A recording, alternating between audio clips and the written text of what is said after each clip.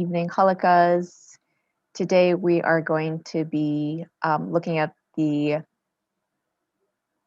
Risale Nur 33rd word, second point. And as always, we will be guided by our esteemed teacher, Dr. Yamina. As always, we encourage your participation. Feel free when there's an opportunity to unmute yourselves and contribute. And with that, I will pass the mic to Dr. Yamina. Bismillah.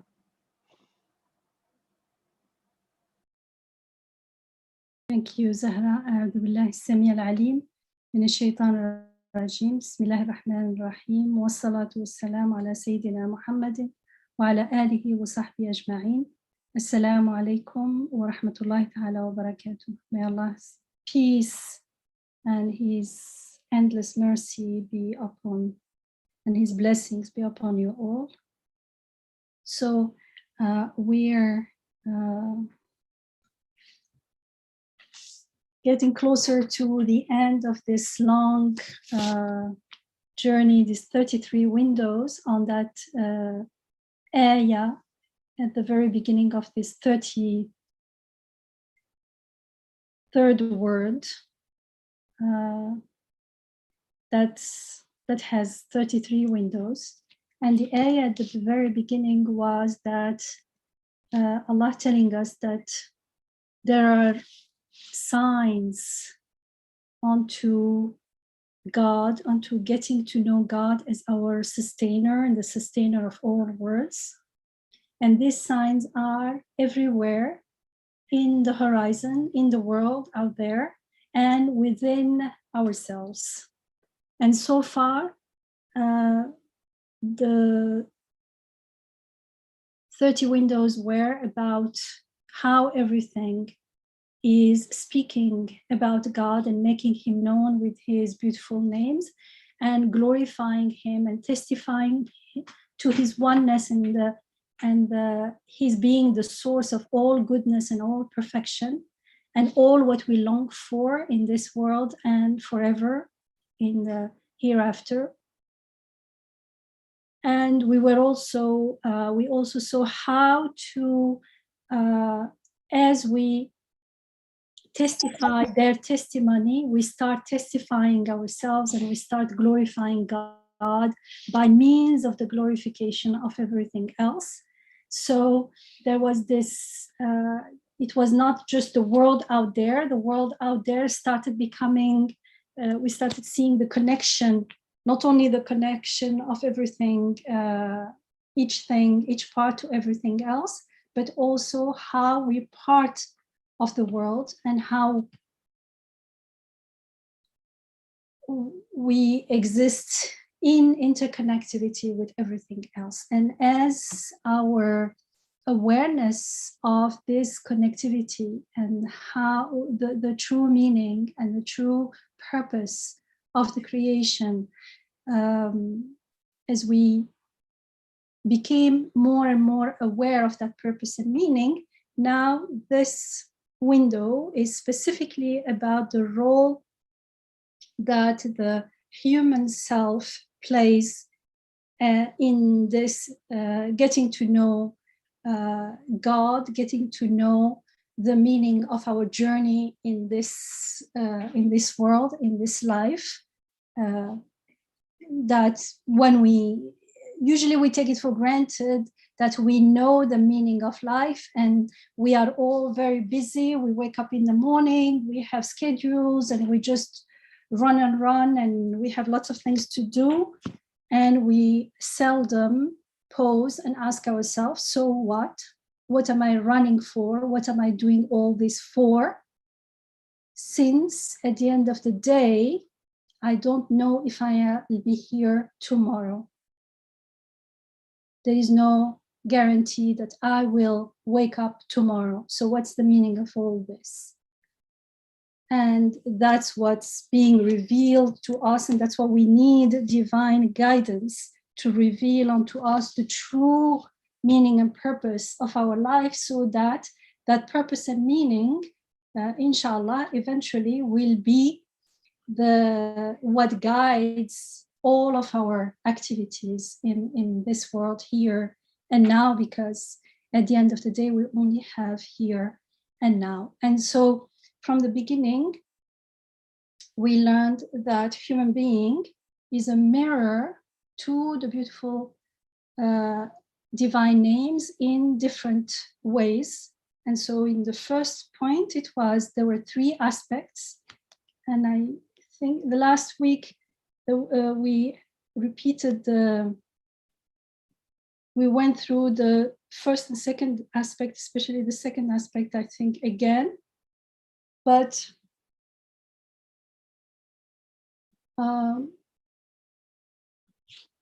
I just want to go through the third aspects of the first point. Was it the first or the third?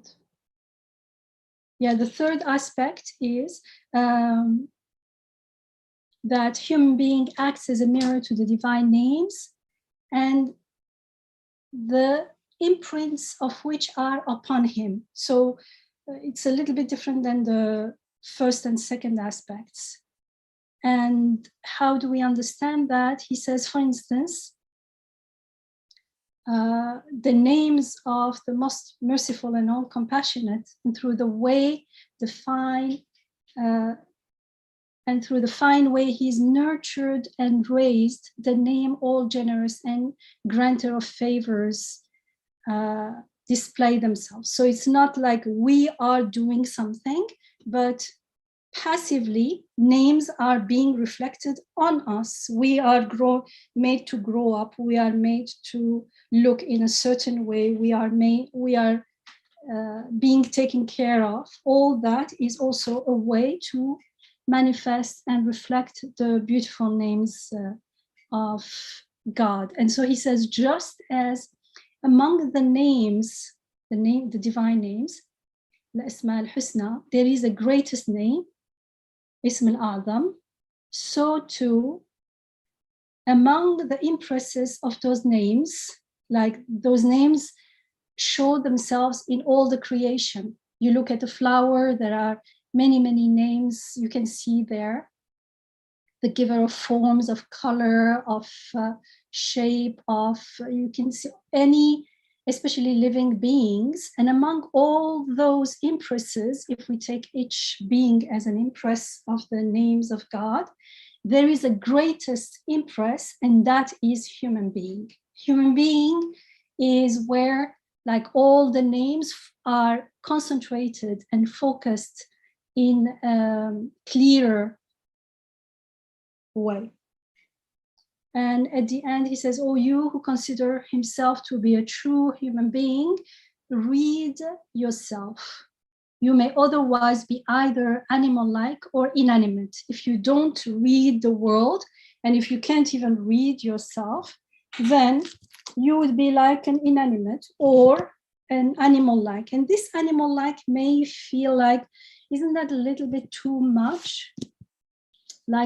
But it's something that we are told in the Quran, and it's in order to attract our attention. Actually, when we, if all this is true, if someone has confirmed the truthfulness of all this, then that's the reality.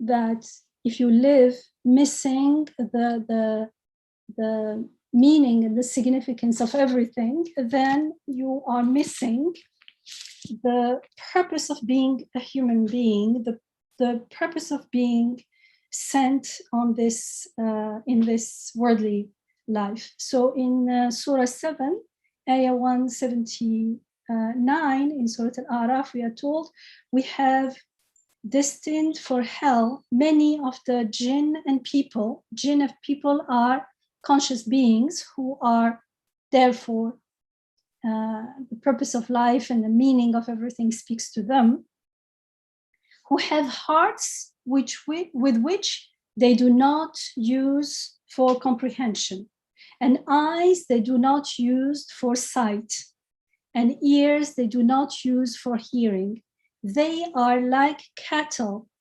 No, even further astray. It is they who are the heedless. أولئك هم الغافلون. So here we are told it means just as we were given eyes to see and ears to hear, but not just to hear things apparently, but to hear the truth, the things that matter to us, and the sight, and the heart is also to understand all this, to question all this. And when we don't, then he says they are like cattle, but actually no, they are further astray. Because cattle are not created for that purpose, so they are fine.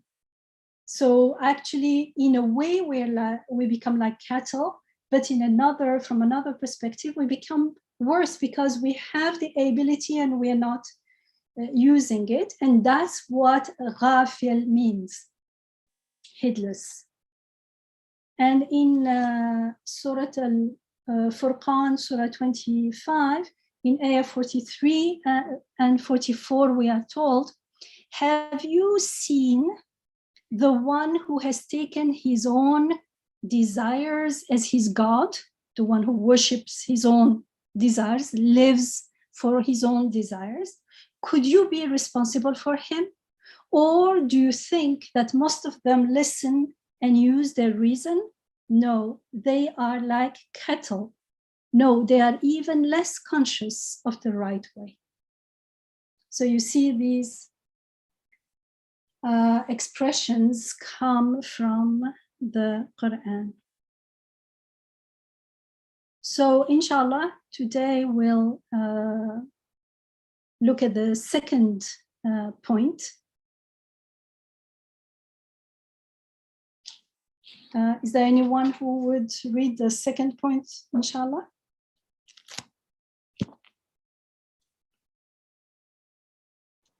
I can do it. Okay. Thank you. Bismillah. This points to an important mystery of divine oneness. It is like this. The relationship between man's spirit and his body is such that it causes all his members and parts to assist one another. That is, man's spirit is a commanding law from among the laws pertaining to creation, the manifestation of divine will, which has been clothed in external existence and is a subtle dominical faculty.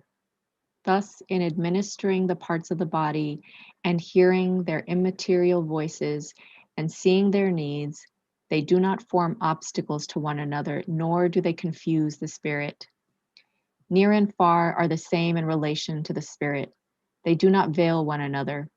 If the spirit wishes, it can bring the majority to the assistance of one. If it wishes, it can know, perceive, and administer through each part of the body. Even if it acquires great luminosity, it may see and hear through all parts. In the same way, and God's is highest similitude, since the Spirit, a commanding law of Almighty God, displays this ability in the body and members of man, who is the microcosm, surely the boundless acts, the innumerable voices, the endless supplications, the uncountable matters in the universe, which is the macrocosm, will present no difficulty to the all-embracing will and absolute power of the necessarily existent one. They will not form obstacles to one another. They will not occupy that all-glorious Creator, nor confuse him. He sees them all simultaneously and hears all the voices simultaneously. Close and distant are the same for him. If he wishes, he sends all to the assistance of one. He can see everything and hear their voices through everything. He knows everything through everything, and so on. Thank you. Thank you, Zara.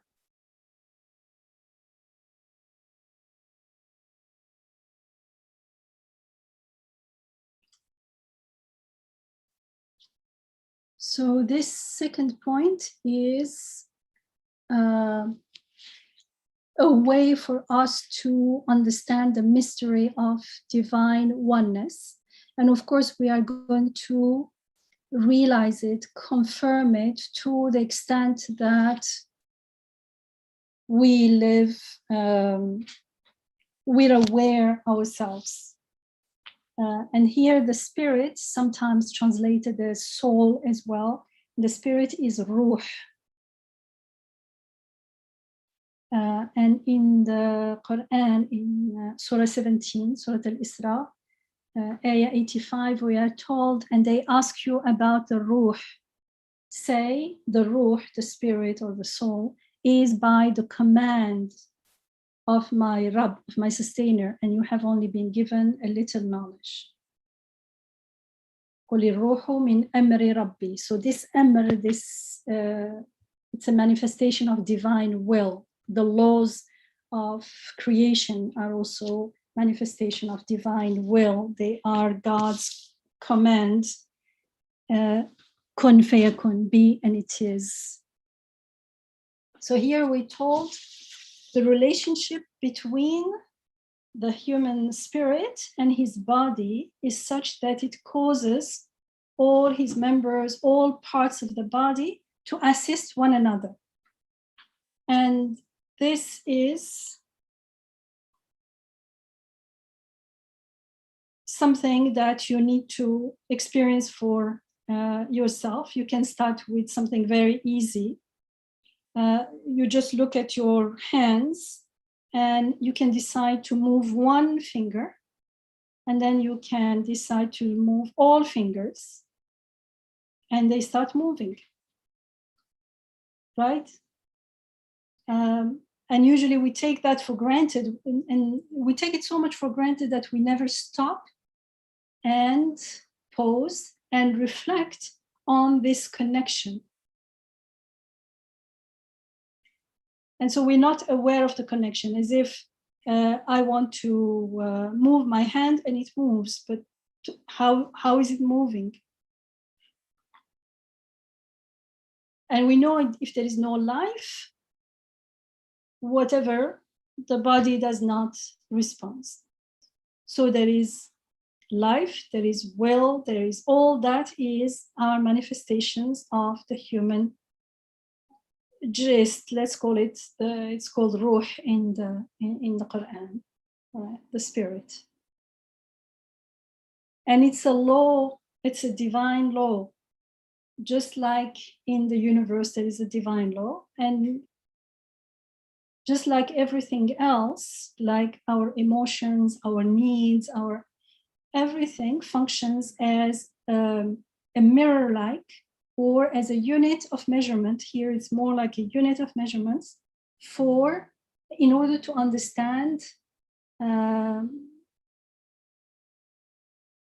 Here it's about divine oneness, the mystery of divine oneness, and how everything is under the control of the sustainer of everything, all at once, because this is something that we can't really imagine, because we've seen it in some windows before. The human intellect is limited, so we cannot imagine how a being can control everything at once and take care of all their needs at once. But we do witness it, we do testify it, we do see it around us in the world. And remember, for everything there are two aspects: one in the outer world, the second within ourselves. And there is one thing that is important: whatever we testify in the world, for instance, the oneness of control of everything, everything being under that divine control here and now, whatever we, once we testify to that reality in the world out there, it has to be internalized. If we do not internalize it, internalize it means that we are involved mindfully and that we surrender to that oneness as being part of the rububiyyah, that we are also sustained, that we are also under the control of that divine power. Unless we do that, then Tawheed, the process of unification, remains incomplete. And that means the gate or the door or the window to shirk remains open, because it will feel as though, yes, I can testify, I can see that everything is under the divine control, but somehow it doesn't feel that I am part of it. In order to realize that we are part of it, we have to experience it consciously. And this is not only, and this we can do at two levels. One is we're part of the creation. Second, we have within us something that we were using as in order to understand the very concept of being, of controlling and being sustained, sustaining and being sustained, controlling and being under control. All those things we were doing it without realizing. Now we have to do it consciously. Remember, like, we know that everything is, whoever is creating the world sees and knows. But then we have to come back, and how do we know? Because the way we function, we've been created with this ability to see, to know, to hear. And then we have to hand over the trust that it's not mine, my seeing, my knowing, mine is only a means to understand through sight, through hearing, through knowing. And here it's the ruh within us. We've been given this ability to have a connection with the body, that I just intend and the body responds. Does it make sense so far? Yes, it makes sense.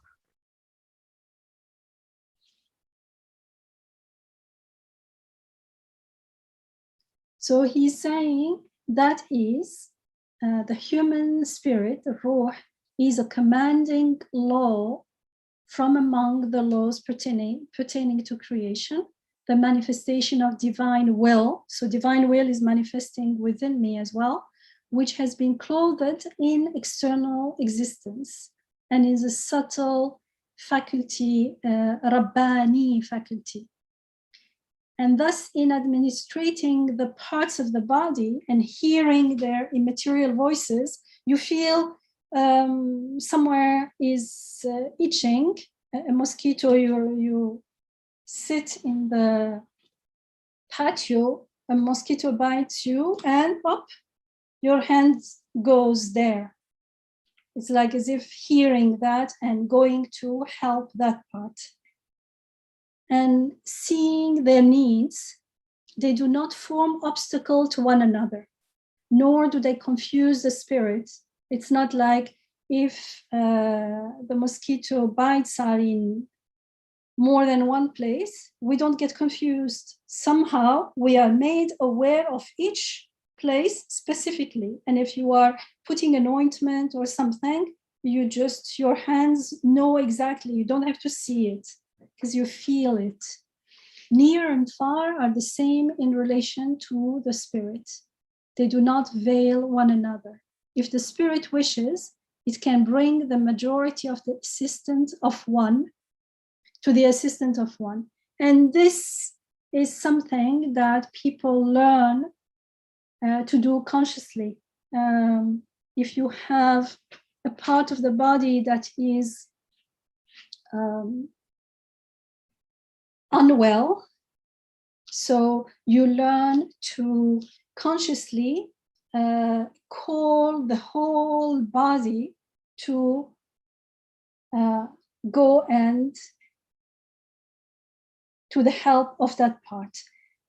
Unconsciously, anyways, the immune system is built that way. So all the cells, the white cells, they will all go, if there is something alien to the body, they will all go there to try to heal that part. And so we already created that way, but I heard this many, many years ago when I was a student, and there was this doctor who was teaching. He was your normal family MD, but he was also teaching, you know, you can, instead of relying only on medication, he was saying, like, you need to also learn to just concentrate on that place and send assistance there. And now I can see where the idea was coming from, because we already have been given this ability, this spirit that has this ability, that has this special connection to the body. They call it mind over body or whatever. If it wishes, it can know, perceive, and administer to it through each part of the body. Even if it acquires great luminosity, nuraniya, it may see and hear through all parts. I won't go into the details here. Dr. Mina, yes. There's a hand raised. Somebody has a question. Sure, please. Sister Anaba, is that you? Yes. Shahra. Okay, go ahead. Thank you. Thank you. Do you remember when we were learning about how to read the signs and how to read signs, and we, someone had made a chart, and we had it in hierarchical levels of the creation that we witness, the attributes that we understand from it, and the meaning that we derive, and then above that was the essence.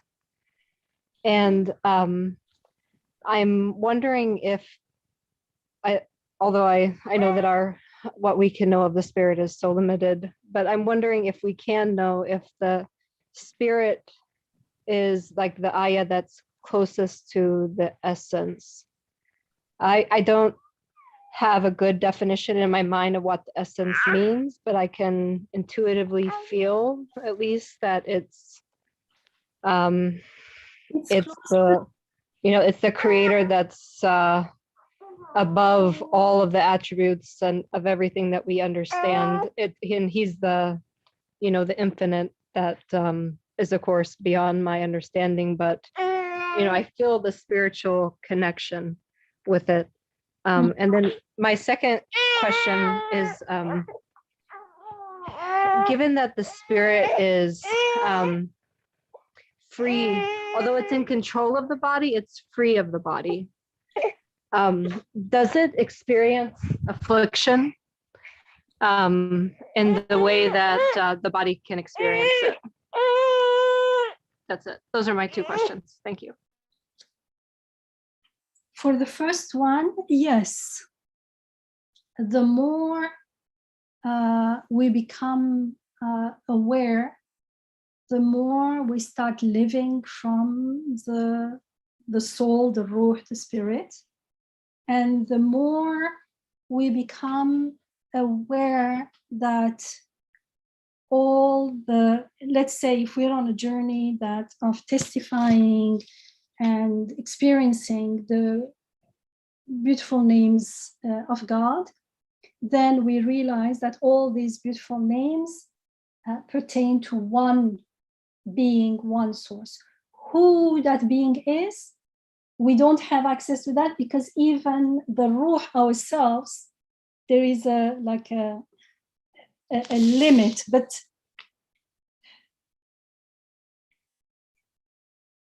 there is a limit even before that, where we realize that understanding as we think we understand intellectually is very, very limited.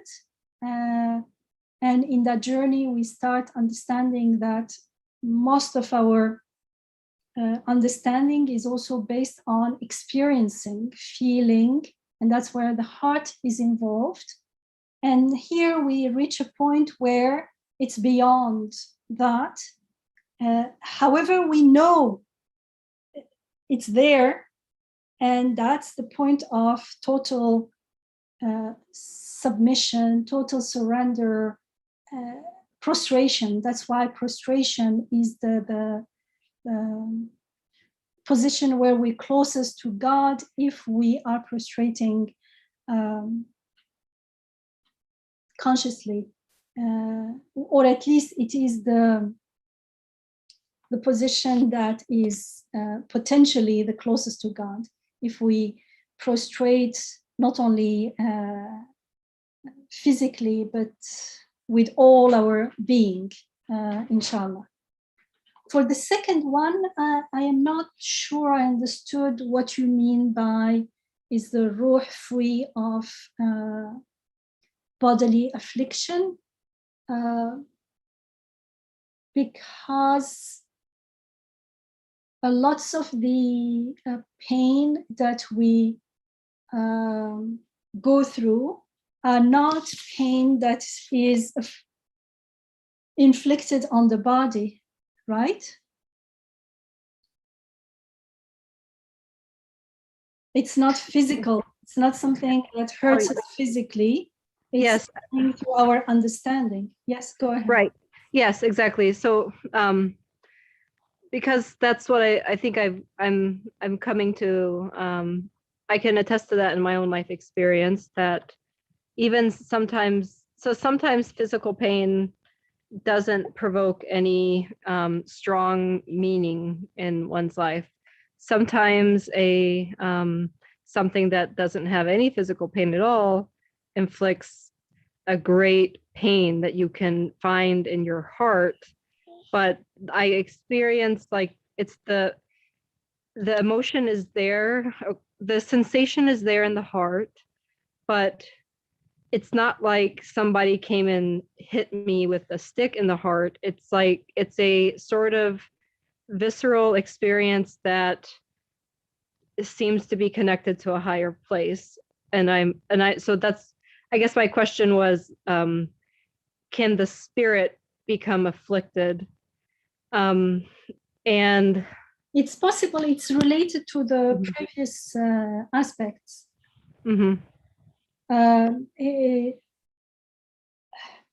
It is possible. Actually, the more the spirit is afflicted, the more we become miserable, and that's because of our perception, and the perception is based on either, well, mostly it's going to be a perception, or maybe a misperception, because we are unaware, or even if it's not a misperception, I don't mean in the sense that we are making it up, but because when we are unaware of the meaning of something, the more meaningless, why is this like, just why me, why is this happening to me like this, then, and the more we focus there, the more it grows. And it becomes an illness. They call it illnesses of the heart, illnesses of the ruh as well, in the Islamic terminology. It becomes an illness because it becomes rooted in the heart. And all these illnesses, in order to heal, we have to change our perspective. Because when the perspective changes, first, in the beginning, when the perspective changes, first we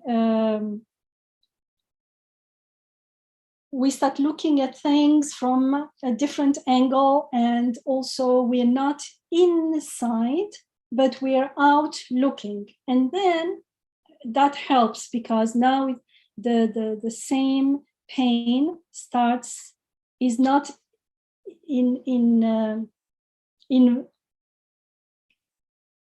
how do you say, we're not drowned into it, but we're looking at it. And the more we get a true perspective of its meaning and purpose, then not only the size changes, because in the beginning the size may change, but it's still pain, and it's still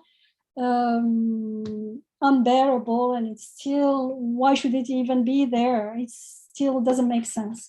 But the more it starts making sense, and the more we realize that everything is a sign, and we interact with it as a messenger from beyond with special messages for us, then it transforms. Then the moment it gives the message, then it goes. And so the pain goes with it.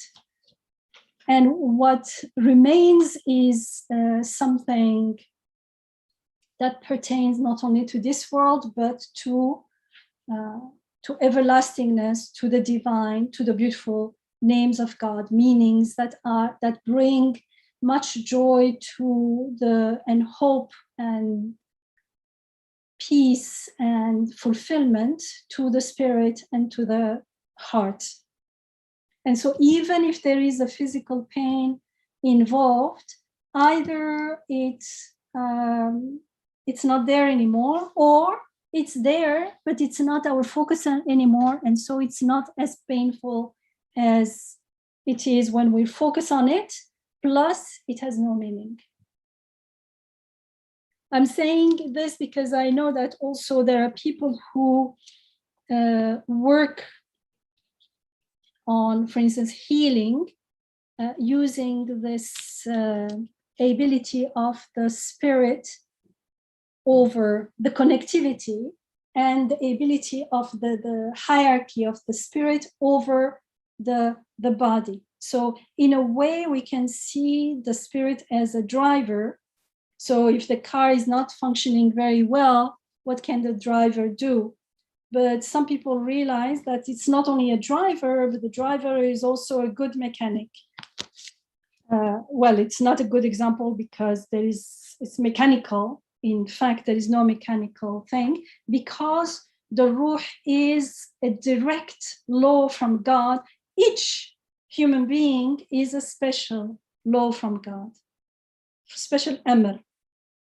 So there is that huge power that is being channeled through the ruh that we have over the body, but most of the time we're not even aware of it, so we do not tap into that resource. But I'm sure you heard and you read about people not only healing things like cancer or Parkinson's or something, but also healing because cancer seems to us a little bit less physical, but like broken spinal cord, for instance. I've read this long time ago. One was just the spinal cord was broken, and they tell him, after this many surgeries, you will have to be hospitalized for a year, and afterwards you will never be able to leave the bed. You will just stay. You can't even sit. But in few months, the guy started walking again, and according to his testimony, this is what he used: only focusing, praying. Is someone who believes in prayer. Another one was, maybe you heard about it, I don't even remember the name. It was a documentary about someone who was, there was no bone that was not broken. He was like broken everywhere because it was a private helicopter or plane accident. And also, they didn't know even if he was going to survive. But he made up his mind and made his prayer, whether to God or not, it doesn't matter. At least في الدنيا حسنة, like the way, whether you believe in God or not, the human body and the spirit and the connection between them is the same for everyone. If you believe in God, then it becomes a way to testify to the mystery of divine oneness. Otherwise, it becomes just a means to tap into it and make your life more comfortable, for instance. So this guy, after I don't know how many months, left the hospital standing, walking, and no one could believe it. I mean, even his face was totally damaged because he was into pieces. So you can go that far. And this, if acquired great luminosity, you find it in the Islamic tradition that the whole, we see only with eyes and we hear with ears, but we can still feel that intuitively. Sometimes you can hear what is not said, or you can feel things, and imagine more the ruh is more and more luminous and more in charge of the body, then the eye or the ear are just excuses. So that person can see not only what's behind them, but also what is not here, because the source of seeing, they are totally connected to the source of seeing. So they are made to see and hear through all parts of their body and even beyond the body. But here the point is the connection between the spirit, the human spirit, and the body, and how the human spirit has this special control over the body. And this control can be cultivated more consciously. But even without cultivation, if we pause, we will find that, lo and behold, how come I just think of something, I think of my hand touching my foot because I want to wear my shoes, and it goes there. How come? How is it happening? This in itself is a miracle of power and will that we seldom pause and reflect on. And the more we pause and reflect, the more things we start unfolding. We'll start seeing that this is even more subtle and more complex than what we thought I was going to say. But in the beginning, it's not that we thought anything, because we seldom even think about it. Thank you. Yamina, we had a few questions. Oh, sorry, go ahead. Okay. No, I was going to ask more questions, so I'll let the other people ask first, and then if we have time, I have two more. Yeah, here what is important, why the more we realize this, then the second paragraph is actually why is it important to realize this? It says in the same way, and وَلِلَّهِ الْمَثُلُ الْأَعْلَى, because this is to God is the highest similitude, is an ayah. It means this is only a way to understand. It doesn't mean I understand God sees, is all seeing because I see. It doesn't mean my seeing and God's seeing is the same. It's just given to me as a unit of measurement. Since the spirit, the human ruh, the spirit, the commanding law of Almighty God displays this ability in the body, who is and members of human being, who is the microcosm, like he's the whole universe. If it were to get small at the scale of human being, it will be human being. And that's another topic. Surely the boundless acts, the innumerable voices, the endless supplication, not only of human beings, all creation is supplicating. All creation has needs. They all need to be taken care of. The uncountable matters in the universe, which is the macrocosm, will present no difficulty to the all-embracing will and absolute power of the necessarily existent one. How do we know this? We have a unit of measurement. We don't know how it is being done, but we know that it is being done, it can be done, and it is being done. How? We don't know, because even in our own, within ourselves, we just testify it, we experience it, but how is it happening? We don't know. Actually, the how is it happening, even the most physical things, matter itself, at the end, if we go inside, there is nothing we can hold onto. It's it's like electricity. We can talk about it, we use it, and we say it's electrons moving. It's really the effect or the result of their motion. But what is that exactly? We don't know.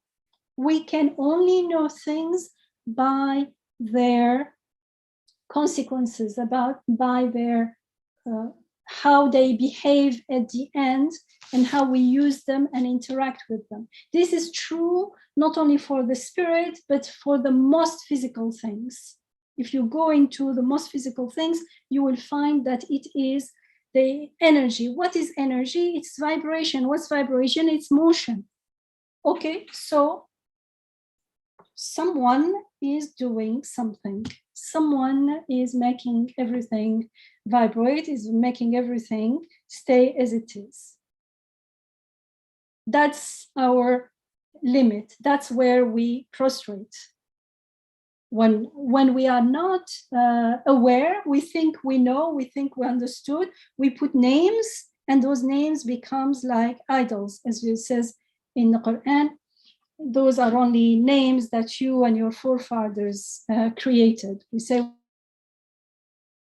is it? This is electricity, this is matter, this is vibration, this is energy, this is the ruh, this is my will, this is it. So we have to go beyond that. We need words to express ourselves, but those words can't be used to deceive ourselves, and they can even become like idols in themselves. So here, the whole point is to understand that in the universe also, everything will present no difficulty to the all-embracing will and absolute power of the necessarily existent one. They will not form obstacles to one another.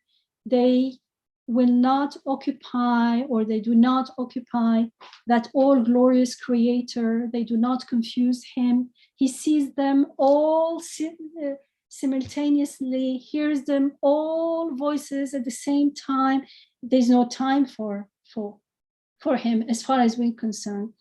Close, distant are the same for him. If he wishes, he sends all to the assistance of one. And actually, that's going on all the time, how we saw how everything is interconnected. And for one thing to be, everything else is in a way working to assist it. But each one is working for all the others, being subservient to all the others, yet benefiting from all the others. How? That's how the harmony, the order, is done with wisdom, with compassion, with beauty, with knowledge with. That's how we deduced the beautiful names of God. And we can see that we gave the example in the interconnectivity was the topic a few times before, and we gave the example of the wolves in that park somewhere. I don't remember where it was, a national park where wolves were all killed and there were none left. And afterwards, lo and behold, the vegetation all was, how do you say, destroyed because other animals grew. They were feeding on them. There were too many of them. No one was, they had no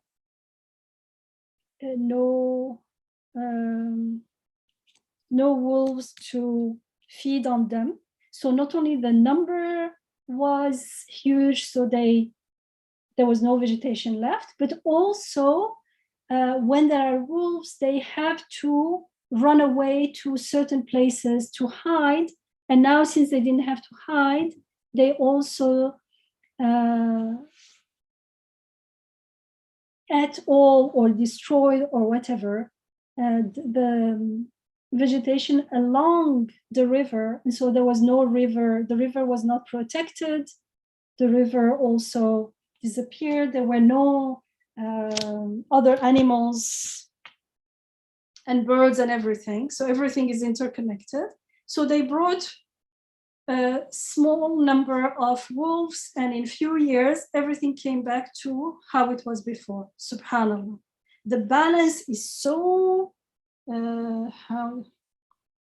sensitive that it's very easy to destroy the balance. And they just put the wolves back and everything was brought back into existence. So you see how everything is interconnected. Each one benefits from the others in ways that are beyond our imagination. And even when we see, we're probably not aware of many other dimensions going on there. So he's saying, if he wishes, he sends all to a distance, to the assistance of one. He can see everything and hear their voices through everything. He knows everything through everything, and so on. And of course, this is, what is it to me? This is the thing that we long the most for. Remember, in the first point, it talked about this point of support and point of assistance, that we have many needs that extend to the whole universe. And at the same time, we are totally weak and powerless and helpless in front of most of those needs, especially that our needs do not extend only to this life, but also to the purpose and meaning of this life and to everlastingness, to beyond transience, beyond death. And so those points, now we can find them. This is exactly what it means. Now we can relax, we can breathe, there is great relief in knowing God this way. Now we can rely on him. He is our point of support and point of assistance. That's why we say, إِيَّاكَ نَعْبُدُ وَإِيَّاكَ نَسْتَعِينُ. You are the only one we worship, which means we love, we adore, we care about, because you're the only one we can ask help from. And so this is very good news. And this news will truly bring us inner joy, inner peace, to the extent that we truly confirm it, believe in it, have no doubt about it. And that will be to the extent that we live from the ruh, and we realize how our own ruh and its relationship to the body is also a unit of measurement to confirm God's creativity over his creation, inshallah. Sister Yamina, I was just reflecting, Assalamu alaikum, Well, about the bees, like how you told everything is so interconnected and a part of that whole system. So I was just reflecting and I saw I just went and searched about the bees and beehives and how the bees, they collect the nectar and the part of the nectar which makes the honey, which is transformed into honey through their body. And that while picking up that nectar, they pick up some pollens, and the pollen dust, they use it to make food for the newborns. And how each this nectar is transferred from one bee to the other, and in that way it becomes concentrated, and then it's stored for the new babies to feed on. And then and it's in that much amount that we all can benefit from it. Like, and also while it's not only for the bee, the whole system of pollination, and then the whole universe being in place, like the plantations being like, people are saying that losing bees might be the end of this world, like it might lead us into that direction. So such a small if you see, it's a small element in the whole universe, a bee, but how it can impact, like how Allah has put this whole unit into place, and each and every character in this creation is not is tied to each other, like the body is tied. A human body itself is an example of that. So subhanallah, what you told about the wolf story, and then so many benefits from the honey for us as well. It's for the bees, another thing, and for the planet and for the plantation, it's a different, another key and connection. So subhanallah, as much as we reflect, we can't stop counting. Subhanallah. Yeah. Thank you. Sure. Assalamu alaikum. What I love about Ziba's example is how it's true how much we fear for the loss of the bee. Even though we're, by our fear itself, we're attesting to how weak it is in its own creation, how it's, it could, by, our own destructive behaviors. Like from one perspective, we're seeing that, oh, this species could go extinct.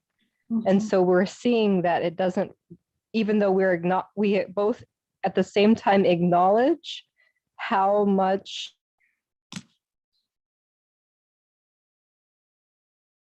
else in creation, while at the same time admitting in our fear for its extinction how weak it is. And so those two by themselves point to it being just the command of its creator. Yeah. So that's what I love about Ziba Jan's example. And I was going to ask about the role. I've been recently struggling with and calling to account my misperception of women as being inferior creation to men. And going to, like, if I'm on the plane of just looking at the world, I see a weaker woman's body.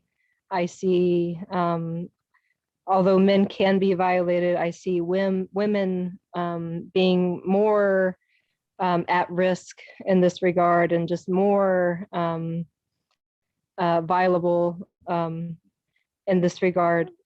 And this, like, plane, that perception is like very dark and it doesn't connect me to my creator. It takes me further and further away. And so the turning my attention to the Ruh excites me because both it brings it as an ayah in itself for God being in command of everything, and and deleting all these misperceptions that I have of anything else, being more, having power in this universe. That is one ayah, a part of that, of this rule that makes me, very grateful. But I'm also wondering, although it can have affliction, it seems like it's the self that is responsible for that, and it's misperception. And whereas it seems to be one part of our creation that is or can be inviolable, so it cannot be hurt by others, cannot be inferior, for example, or at risk, or weaker in the sense that it can be harmed by anything else, be it woman or man in creation, and only but by our own self-perception, by having a perception of life that is not connected to being absolutely created and under the command of Allah Ta'ala, and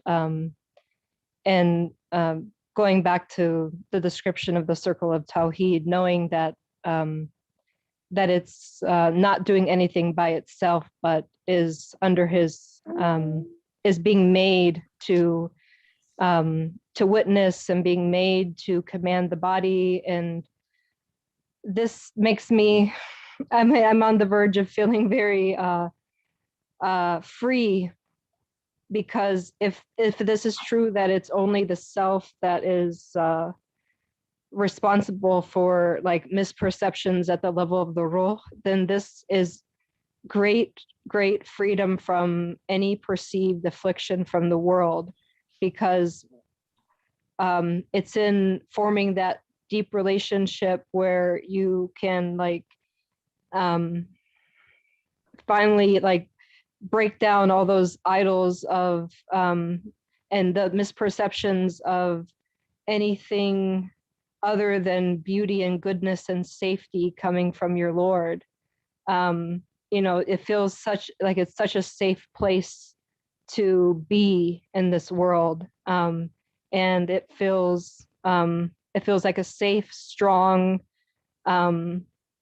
fair, just, and beautiful place to be living from the point of the ruh, even though things can afflict the body, or the world around you, but the ruh, as long as, if this is true, as long as it's connected to God, it's safe. Yeah, so it's a sort of an inspiration that was coming to me. I wanted to ask if what I'm perceiving is what we're being taught in the Quran. I'm not sure I followed completely. Now, remember, for years we've been saying there are two ways of perceiving, basically. One is in connection to the source, aware or being aware of the connection to the source, and therefore aware that everything is a sign and it has meaning. And the second is being unaware. So for instance, if we talk about just bodies, in general, within the same ethnicity or something, usually women have a physically smaller, weaker body. Not always, because some women can be taller, stronger than a man, but generally. So that's that's the fact. That's nothing to do with the misperception. To say that one is inferior to the other one is where the perception comes in.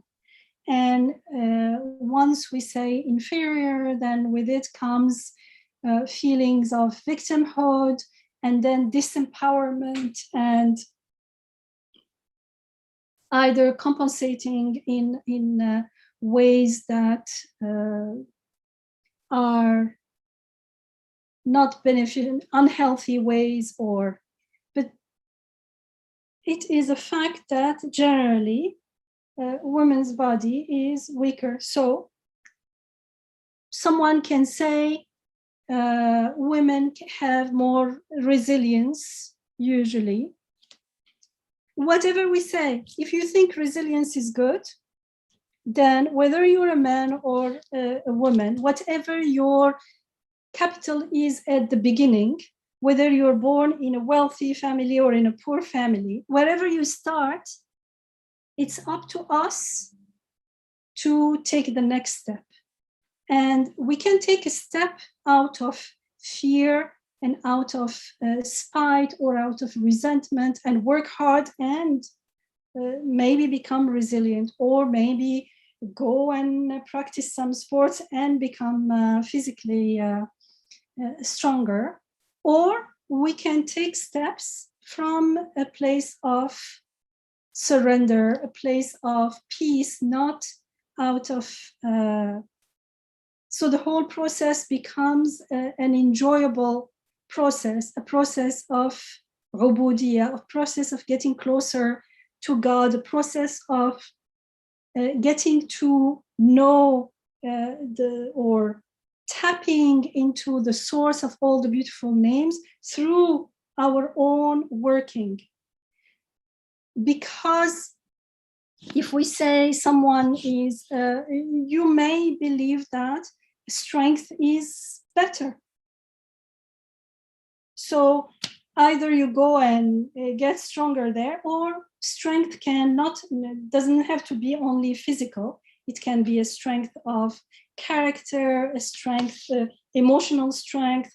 And we are created with an innate appreciation for strength in things that we appreciate. And so what does it mean? It means the more we know that this is how we are created, the more it becomes easier to surrender. Surrender to the divine will in that sense becomes easier. It's not a burden. I am doing the work. I have to take care of this. I am tired of this. It becomes, it is done unto me. Just like I want to move my hand, it moves. I want to be more resilient, and it is done unto me. How? There are, how do you say, ways that Allah shows us in His in the Quran and within the creation that can empower us and strengthen, for instance, our being more patient. It's easier if someone is conscious, lives more mindfully, to cultivate patience, to cultivate resilience, to cultivate physical strength, to cultivate lots of things.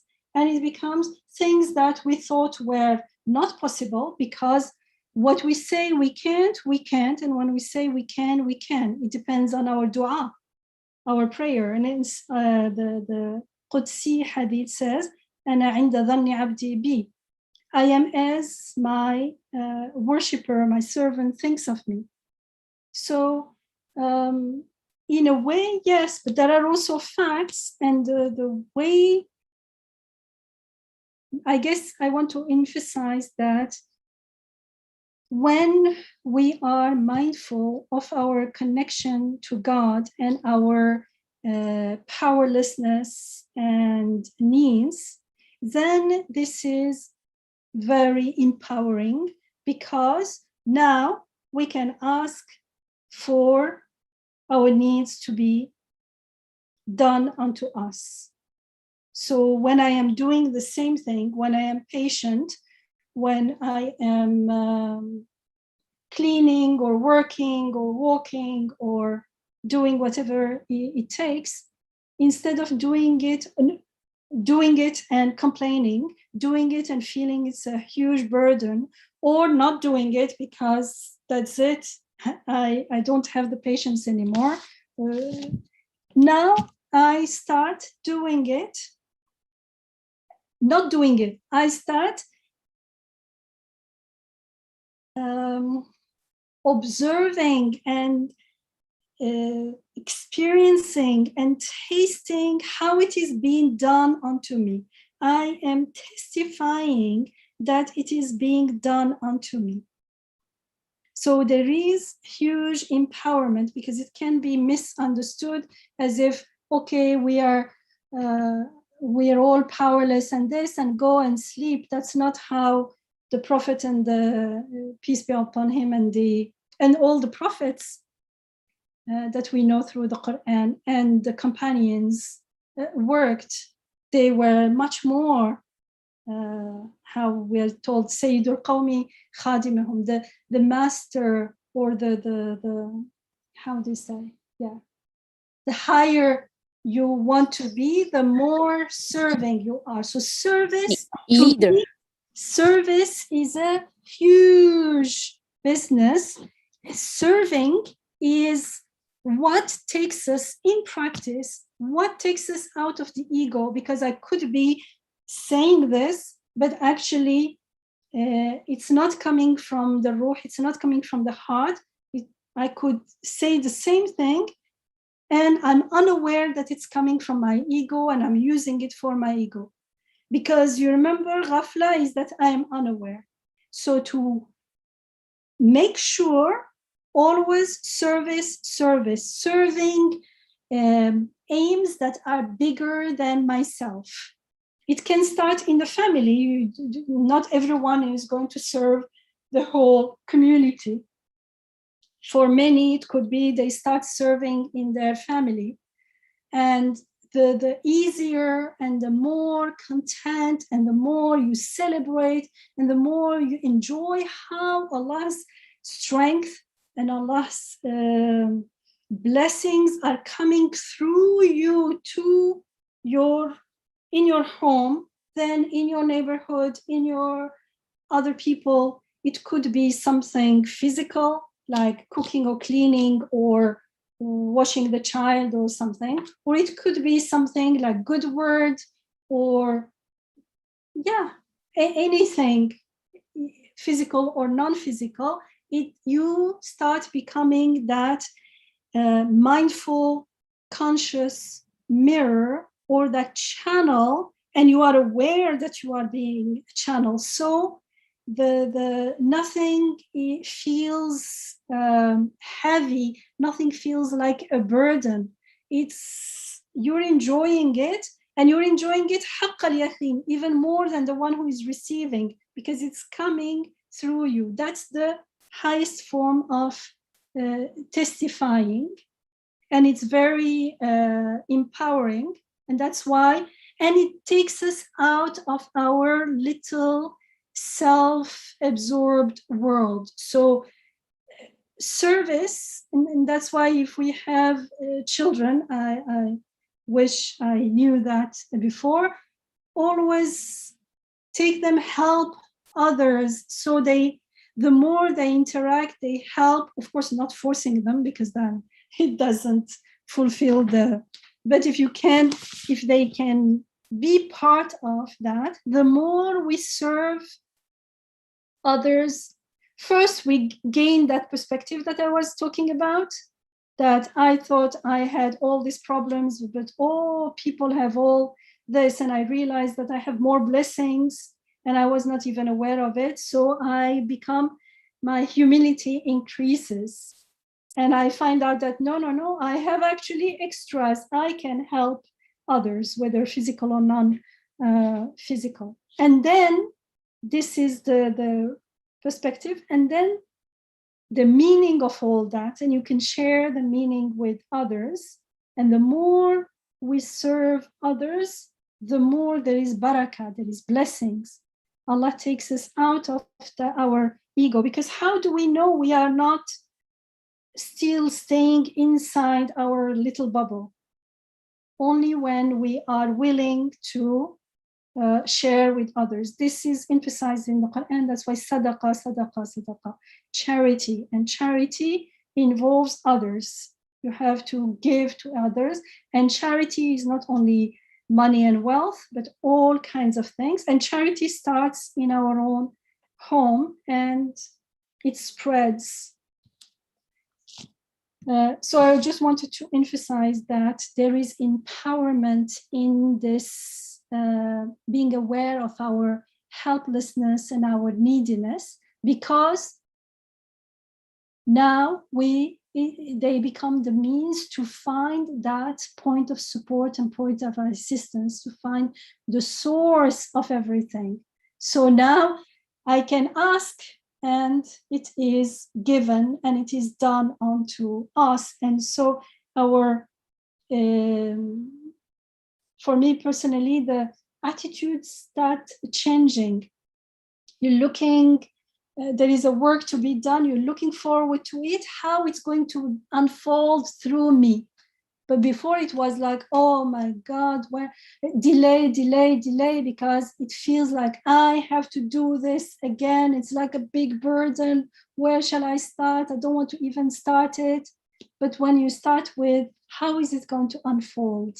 How it is going to be done unto me? And subhanallah, small miracles here and there start appearing. Allah sends his help in unexpected ways, and sometimes the expected ways, we look at them with new eyes and we realize they were miracles as well.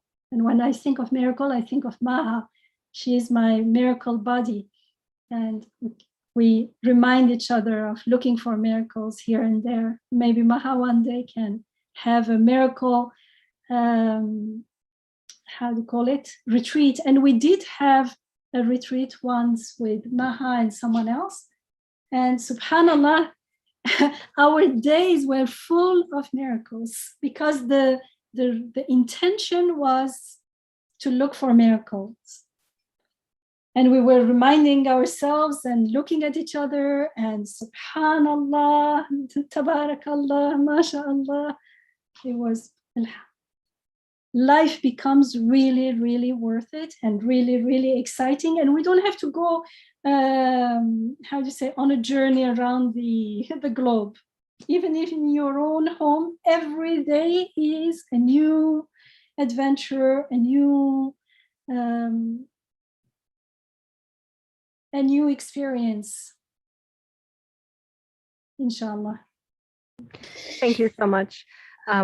That actually came to me as an answer, and another answer that I needed. You didn't know that this is a miracle, because your answer was answering another question that I had from in another way. But just quickly, would you agree with this, that our ruh cannot be afflicted or violated by anything besides our own choice to misperceive? Eventually, yes, but I would not tell someone at the beginning of a journey, because the person, because it does hurt them. Yeah, it does hurt the spirit. Because the responsibility is on us, what we make of what's going on. But right. Sometimes we are at a point where we don't see we don't look at things from that perspective. We look at things that it happened to me, which could be the truth too. It depends on how we're looking at it. And when we're stuck in it happened to me, they did this to me, then we're repeating the same prayer for every day to be like yesterday, until we realize that we need a new start, a fresh start. But ultimately, yes, that's why it is so empowering. Yeah. Because if the remote control is not given in, which is responsibility, but responsibility feels like a burden, until we understand it is not a burden, but it is a blessing. Because it's a burden if we are creating, but it's a blessing if we are asking. And the place of, may I add that the place of freedom, indeed, the place of liberation is the soul.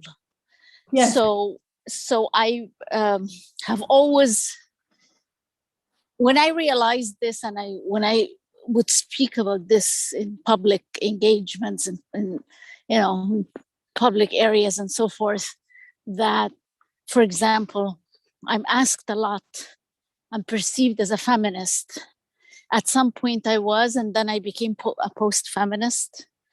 And then when I'm asked about this, I clarify that actually I see everybody as a soul. I see myself as a soul, and I want to interact with people as other souls. And when this fails or gets distracted, this does not deny, for example, many other facts. I am a woman. I'm a short woman. I am a non-physical woman, meaning that I'm not gonna be in any physical altercation or anything.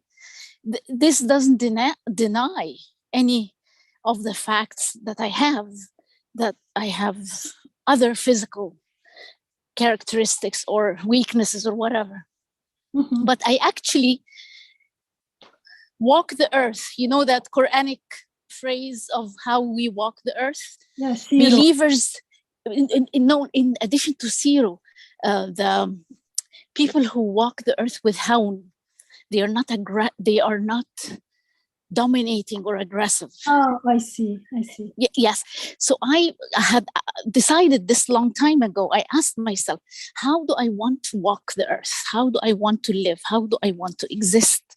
And it wasn't me being intelligent or hardworking necessarily. It was me hearing God's answer. And this came, I don't know how it came, but it came to me as a clear message that God did not create me to harm. So for me, that meant a lot. For me personally, in my life and in my training and in my field of activism previously, that meant a complete shift.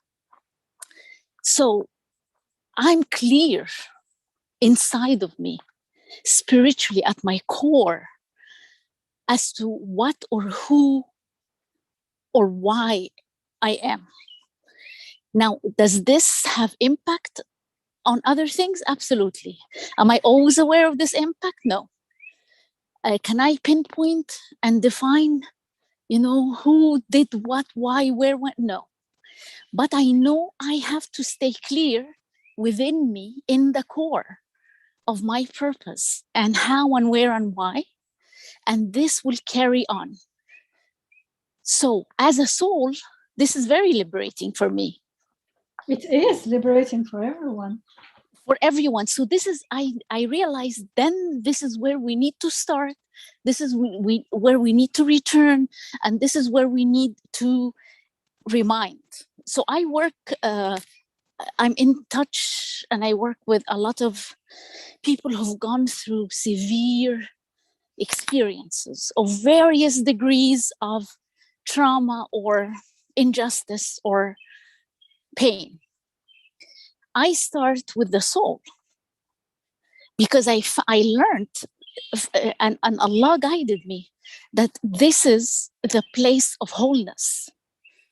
Rather than, for example, I could very well start from feminist or post-feminist empowerment.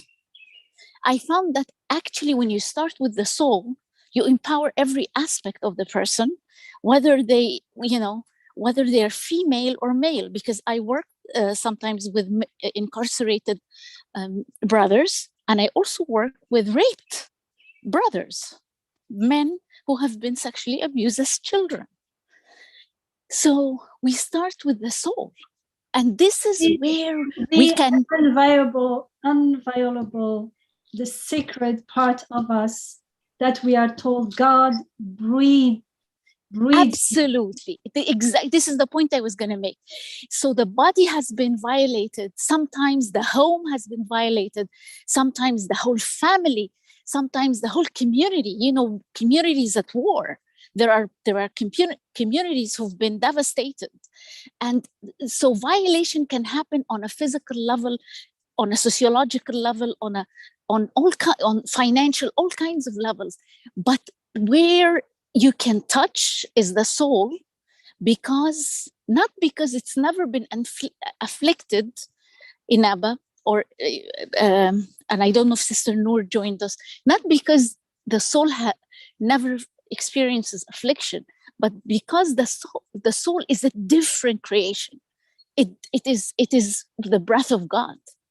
So as much as we touch and poke and see that breath of God aspect, as much as it's immortal and divine and undestructible, it's not going to be violated if I see it that way and if you engage with it in that way. So even with ghafla, even with mindlessness, or even with when we have dips of low faith, what is happening? We need to reconnect with the soul. We need to, and it's reconnectable. It is doable. Yes. Versus, for example, our friends who are suffering from paralysis, and we do have friends who suffer from paralysis. Maybe the body is not. Maybe it's less doable with the body. And I have met people whose souls shine big, and they don't have a sense of inferiority. It takes us back to the point of inferiority. While physically, you might, a bystander might perceive them as inferior, as homeless, we can't rely on the bodies changing every day. We're getting older. One day it will leave totally. So, yeah. Alhamdulillah. So the point of inferiority is, this is where Yamina said it's a perception. Actually, at some point we need to indulge into a deeper conversation about the word inferiority and superiority, because this is what Satan did. He thought fire was superior to mud or clay. And we understand that Satan is bad, but why aren't we re-questioning what we attribute inferiority and superiority to, especially today, and especially with mass medias and social medias domination of perceptions? Mm-hmm. Why are we accepting that X is inferior versus Y? Based on what? So in addition to questioning that, if I see myself as a soul, it doesn't matter. So if people perceive, and I know I'm a short woman, so I know that height and statuesque body is perceived to be superior. Okay, be it. Let it be. So what? I'm a soul. The soul doesn't have tallness or shortness, fatness or thinness, yes, wealth or in poverty. Yeah. Yeah.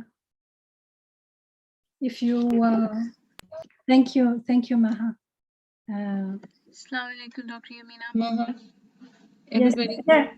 Mashallah, what you did say, it just makes me think, because whenever I hear a young girl or a young child saying that I'm not okay the way I am, physically speaking, either because of different races and colors and hair texture, and if they are not tall enough, if their skin is not cleared enough, if their hair are not long enough and straight enough.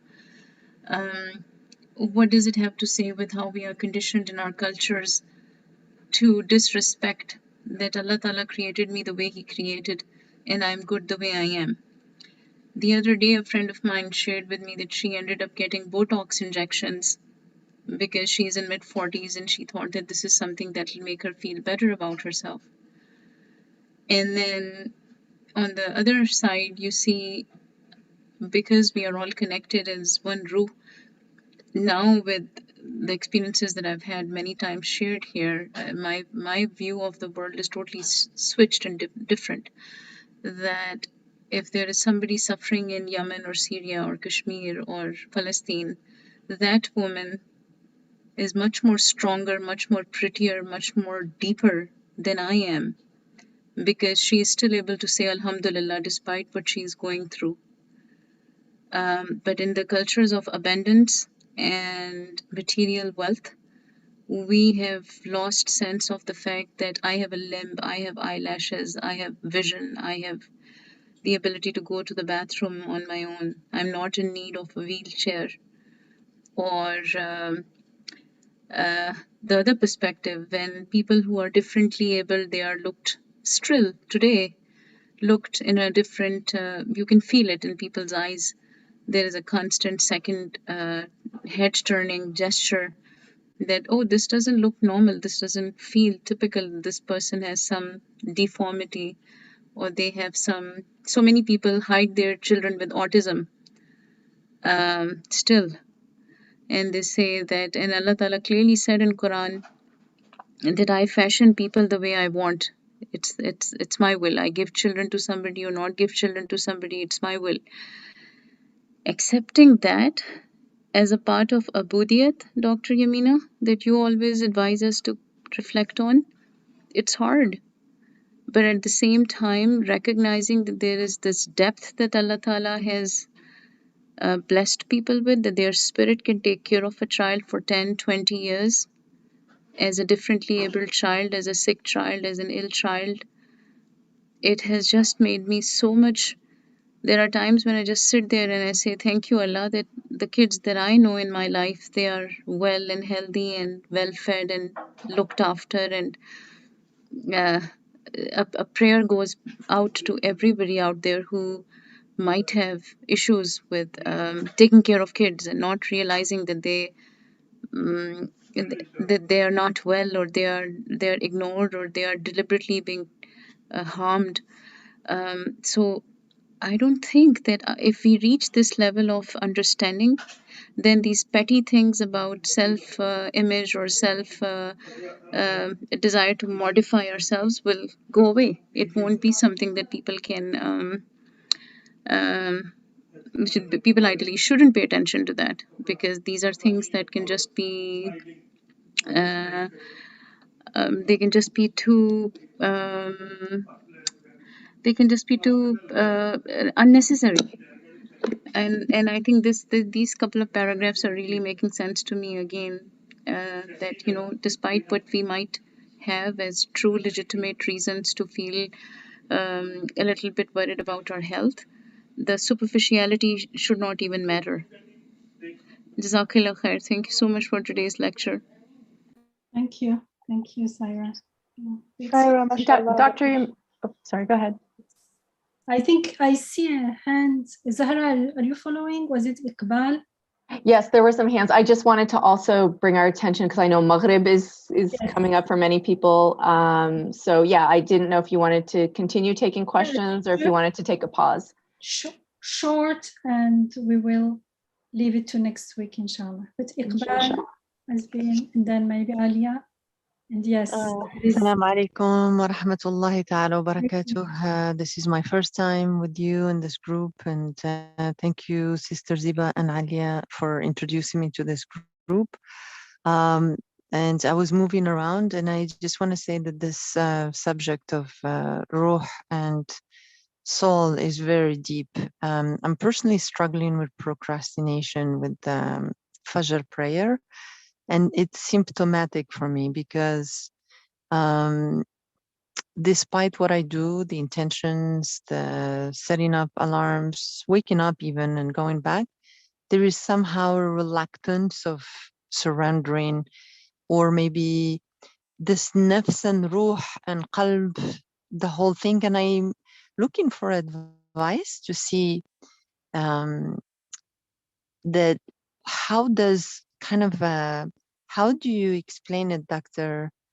Like, how do you become conscious? And, you know, I'm conscious once I'm awake and practicing my things, and I'm, you know, don't miss my prayers on time and all of that. But the start has always been for years and years and years kind of a shield for me to not to wake up to life. And even though I worked all kind of the quirks that I had in my life, but it seems that it's still, there's something there. And it has to do with this idea of ruh and nafs and qalb. And if you can shed something, or I can be patient until next time. Inshallah, it's probably better to leave it to next time. But I'm sure, meanwhile, you can have a discussion with Ziba and Alia as well. Because we had many retreats, and Maha has also organized like 10 long days of intensive istighfar and learning where the resistance come and how to learn to surrender, inshallah. But just remember that surrender is to say yes to what is. So meanwhile, until next week, inshallah, just practice yes, accepting whatever is. And if it's difficult, focus on what you like and appreciate. Focus on appreciation instead of focusing on what you do not appreciate, inshallah. And thank you for sharing. الله يجزيك بخير. And was there someone else, or shall we stop here? I think it might be a good idea to stop here, and inshallah we can. Yes, next week, inshallah. This is a very rich subject, Yamina. So there will be a lot of discussion, inshallah. Sarah, were you? Yes, please. I'm dying to say something. I'm like, but please. SubhanAllah. Truly, I'm feeling incredibly breakthrough, magical. So I just had to get my need met and make sure that a couple of us stay to discuss this after. So alhamdulillah, I'll just make it very short.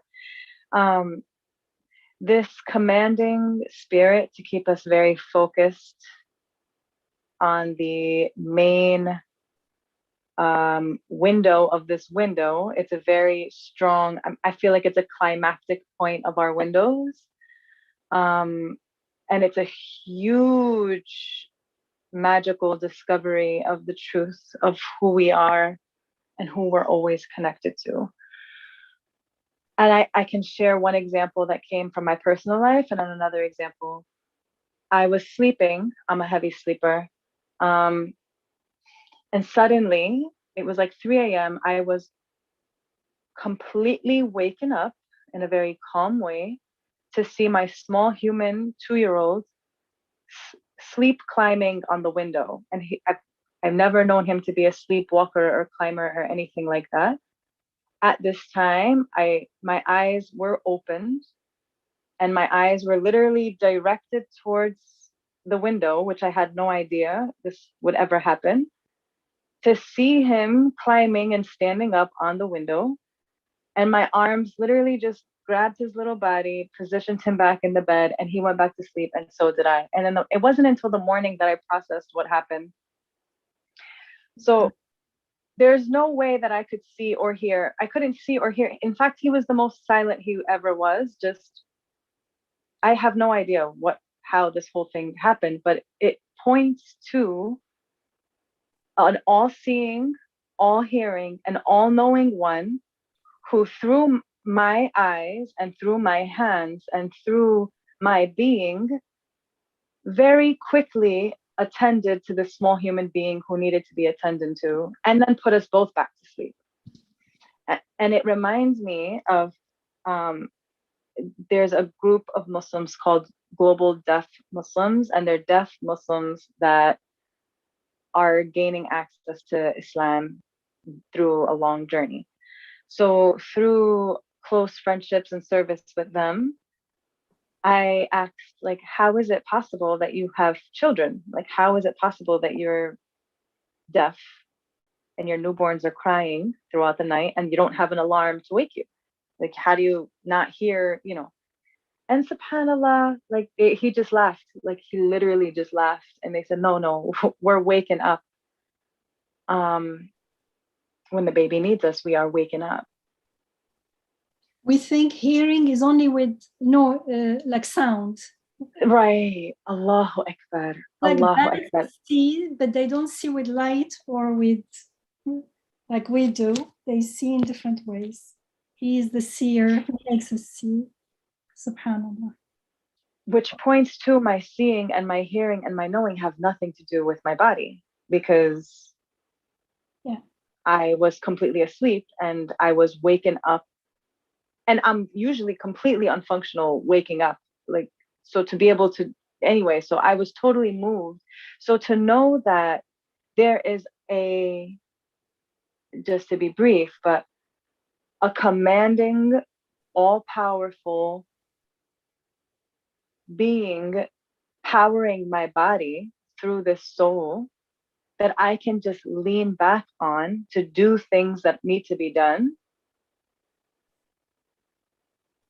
is absolutely a super force to desire to be reckoned with and get to know. And I'll just share the final thing that came to me. I was feeling very burdened recently with chores, endless dishes, endless laundry, endless body pain. It's just endless. And I found myself just sinking heavier into my pain and heavier into my lack of a desire to do any of the chores. When all of a sudden this, as I was doing the dishes and decided to slow down, it occurred to me that I'm not doing the dishes, I get to. And then I would just pause there. Like, it's not that I'm doing, but I get to see these hands very promptly and quickly doing exactly what I want them to do. In a very fluid and easy way, they're completely following my command. So is the water, so is the soap, so is everything, completely following my order, just to make it easy for me.